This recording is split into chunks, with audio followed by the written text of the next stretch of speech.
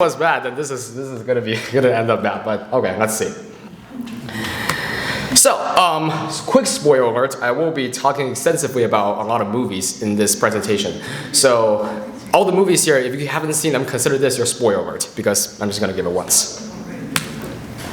A quick beat of drums, followed by backstabbing robberies, explosions, knives, cuffs, and a bus crashing into a bank as the clown prince of crime removes his mask and twists the famous line, "Whatever doesn't kill you makes you stranger." What follows is a 2-hour and 30-minute epic crime thriller film about the Dark Knight, or in this case, Batman, that shocked audiences and critics alike when it was released in theaters in 2008. With a global gross of more than $1 billion and a 94% rating on Rotten Tomatoes, along with 8 Academy Award nominations, The Dark Knight is ranked as one of the greatest films of all time, and by, I think it was the Hollywood Critics Association, as the second greatest superhero movie of all time, just after Superman. But what is it about Christopher, and this is just one of Christopher Nolan's many films. Actually, not that long of a film. Actually, it's a very short list. But in this list of less than 12 films, he has managed to shock audiences beyond belief. He has managed to top directors and movie makers who've made hundreds and maybe even thousands of movies by essentially having a unique way to embed philosophy into his movies. But he's not the only one, which is why I emphasize the word unique. What I mean by embedding philosophy into movies. Let's take a look at 2 other films that embed it in a way that we are most familiar with. For those of you who haven't seen Good Will Hunting and Silence, again, spoiler alert. So, for Good Will Hunting, it's about the story of a young man coming to terms with his own genius, and as well as a psychological trauma, in order to break those defense mechanisms down and to become his true self, to embrace who he really is. In Silence, the 2 priests down there, they learn about the complicated nature of faith and how sometimes what the thing that they're bringing to save people can in fact destroy them.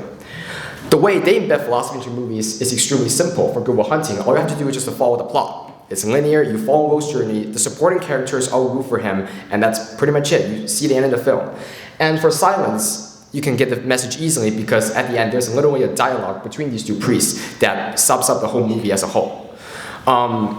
But when audiences left the theaters after 2011's inception, we don't feel like we have a clear grasp on what the movie's about. I mean, sure, we're stunned by the visuals and the music and the hallway fight scene with Arthur and the Agent Smith guy. That was just amazing. I can watch that for just an entire night. Well, but we're not really we don't really know what Nolan is trying to tell us. And I think this is the first brilliance of Christopher Nolan. This is because of his originality. Now, what I mean by that, let's take a look at another film that is visually stunning and extremely epic and has a huge global gross, but really, really not original and therefore really not unexceptional. 2012. Here's the thing, if you take a look at this movie, again, this is a very long movie, it's like 2 hours and 30 minutes as well. It is nearly exactly a frame-by-frame reshot of The Day After Tomorrow, only with a bigger budget and the Himalaya Mountains. Which is right there. So, but it's not original in any sense, and therefore we can't really embed philosophy very well. But for Nolan, not for Christopher Nolan, everything in Inception is originally conceived.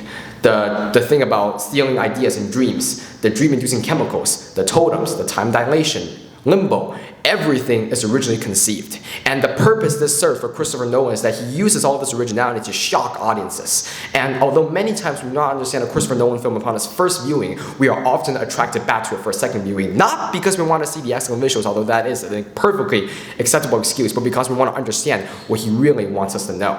Because his movies are so original, we don't get the message the first time. We are attracted to a second viewing, and thus he gets a greater platform to share his message. But it takes more than just originality. And, well, it takes Leonardo DiCaprio as well. And we have to admit it's DiCaprio after all. Let me just look at that. I mean, how can you not watch some of his movies?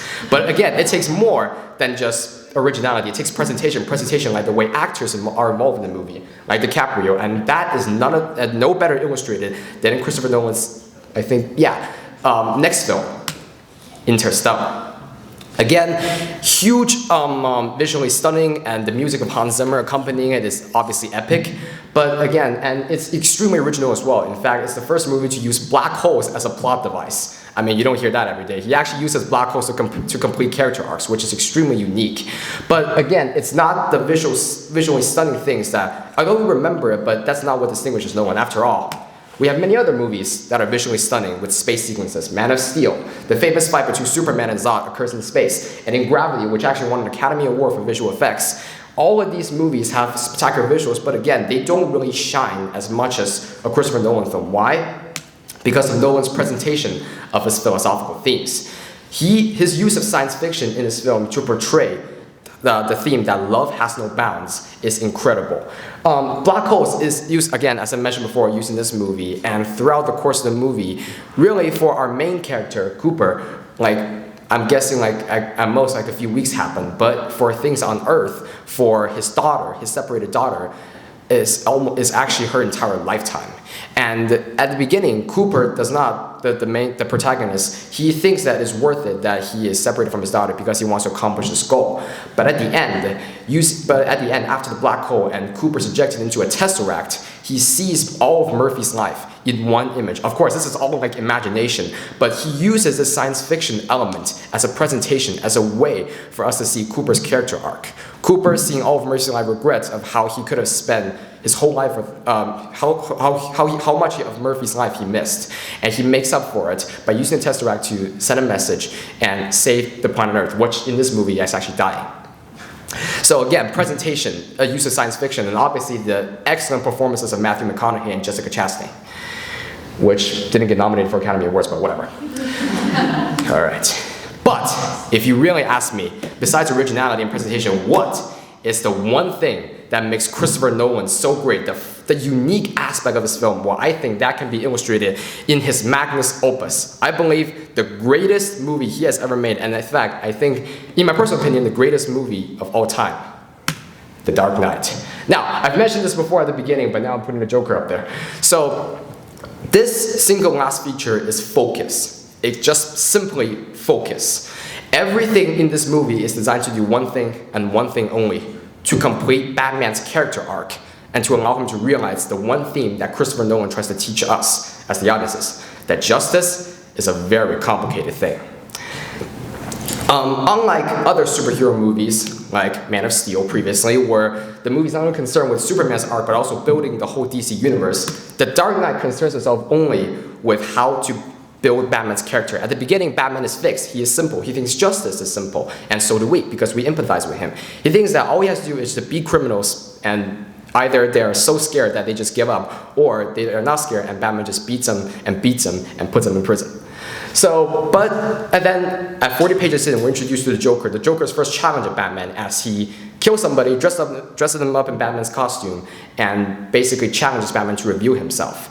And throughout the whole of the movie, Joker will use several of these pressure points, including creating clown hostages, loading the ferry with explosives, and many other things to call Batman to reveal himself and to change. Batman initially refuses, but eventually, as Joker turns Harvey Dent into Two-Face, kills Batman's love interest, Batman is forced to realize that it takes more than just beating criminals, and it takes more than just a linear notion of justice in order to truly defeat chaos, which is non-linear and completely uncontrollable. He realizes justice is complicated, and even the subplot of the movie is designed to expose us. So the famous scene where the two ferries are diverted. One ferry contains a shipload of prisoners, the other one Gotham citizens. Both ferries are given the kill switch to the other.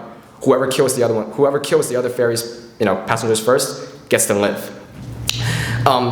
You would think the prisoner, obviously, they want to kill the people on the other ferry so they can live, until one prisoner steps up and he tells the warden that you do not know how to kill, so let me do it for you. He takes a remote and he chucks it right out into the window into the open ocean. And as for the people on the Gotham Citizens ferry, they encounter a similar moral dilemma. And they take a vote. This is like the classic representation of democracy. And the vote says that they should kill the prisoners, but they don't, because simply out of moral dilemma. And this shows that even in both of these cases, we have a clear linearization of justice. For the criminals, they don't have a sense of justice, so obviously they will kill the other people, but they don't. For the Gotham citizens, they have every right to kill the other prisoners. It's the just thing to do. It saves their lives and it punishes criminals, but they don't do it because justice is not linear. And even the title of the movie in the end ties back to the notion about how justice is complicated. As Batman takes up the mantle of Harvey Dent's death, he is forced to forfeit his notion of the hero and become the villain in order to save Gotham City. He realizes that justice comes at the expense of truth, and sometimes he has to twist the rules of justice in order to truly protect people. And therefore, the audience, because we empathize with Batman, we complete this character arc with him. We learn about the complicated nature of justice and how, in the face of chaos, linear justice is not only impossible, but is also just not correct and not real. And again, the Dark Knight presentation is obviously there. As you can see, Heath Ledger's magnetic acting. I mean, just what a man. I mean, just look at that smile right there. I mean, just beautiful. Anyways, and also originality. Before The Dark Knight, there hasn't been a single superhero movie where a psychotic villain is involved. There hasn't been a single superhero movie where we have serious crime issues. In fact, many critics rank The Dark Knight as a crime film and a thriller film more than it is ever a superhero film, because it is so much more than just comic book action, although it has some great action sequences. So why should we care about all of this? And specifically, why should we care about Nolan specifically? I mean, as I've mentioned before, there are other movies that embed philosophy as well, but not the way Nolan does, and I think his way is precious. That man over there, director Martin Scorsese, he has been nominated for the Academy Awards for 8 times. And recently he has released a statement saying that he believes that movies are degrading. That, with the advent of huge action blockbusters like the Avengers, all of it, and the Marvel Cinematic Universe movies, we are losing, the whole of the movie world is losing its substance. It's sacrificing style and visuals over substance. It's becoming more like 2012 and Man of Steel, and like those movies that just style over substance. Well, I can tell you, Mr. Scorsese, you are absolutely wrong, because we have Christopher Nolan. And Christopher Nolan, and this is the unique thing about him, the accumulation of all of his originality, presentation, and focus, is that he can combine a big action blockbuster and real ground substance and make that into an organic and working whole. Every single one of his movies after Memento is budgeted over $100 million. And yet it has managed to give us both cinematic thrills and philosophical depth, whatever the theme is, whether it's love has no bounds or justice is complicated. And furthermore, he is not done. In 2020, Christopher Nolan will release his, I'm guessing, 12th or 11th film, Tenet. And it's a film about time travel, so there's definitely a lot to be speculated. What themes will he embed this time? What philosophy will he try to explore, and how will he do so? How will he combine big budget special effects with perfect Anglican simple storytelling? You'll have to wait and see the movie to find out. Thank you.